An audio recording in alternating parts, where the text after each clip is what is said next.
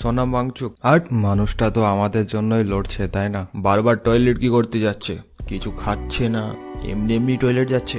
এসব নাটক, রাজনীতি ছাড়া আর কিছু নয়, বুঝলি? দুদিন পর সব খাবার খাবে, সব ঠিক হয়ে যাবে। পুরুষ ও পুরুষ।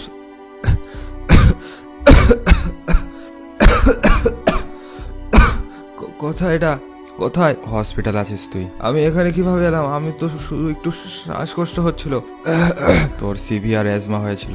তুই যে ওষুধগুলো খাচ্ছিলিস সেগুলো সব ভুল ওষুধ ছিল রে। ভুল ওষুধ কেন? আমি তো ডাক্তার দেখিয়ে। ডাক্তার? তার কোনো সঠিক ডিগ্রি বা ডক্টরেট সার্টিফিকেটই ছিল না রে, সবই জাল সার্টিফিকেট কিনে বসেছিল। তারপর কি হলো? এখানে আনার পর হাসপাতালে ভুল চিকিৎসা শুরু হয় তোর। ওরা কেউ পড়াশোনা করে ডাক্তার হয়নি, সব নেতাদের টাকা খাইয়ে। আমি অনেক কষ্টে সঠিক ডাক্তার খুঁজে তোকে আপাতত বাঁচিয়েছি। আমি এদের নামে কেস লড়বো, থানায় যাব। এখন পুলিশ টাকা ছাড়া কথা বলে না রে ভাই।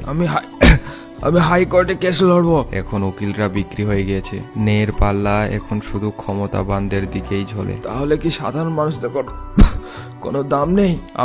আমি হাঙ্গারি স্ট্রাইক করব, অনশন করব, তখন তো সরকার শুনতে বাধ্য হবে। 2026-এর কথা মনে নেই বুঝি?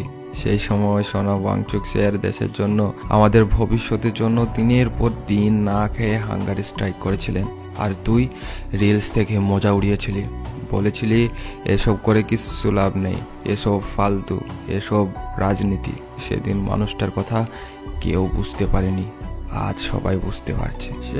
সেদিন যদি আমি সত্যিটার পাশে দাঁড়াতাম, যদি আমরা শিক্ষাটাও বিক্রি না হতে দিতাম, তাহলে আজ হয়তো আমাকে এভাবে ধুকে ধুকে মরতে হতো না। কিন্তু আপনি, হ্যাঁ আপনাকে বলছি, আপনি তো বেঁচে আছেন।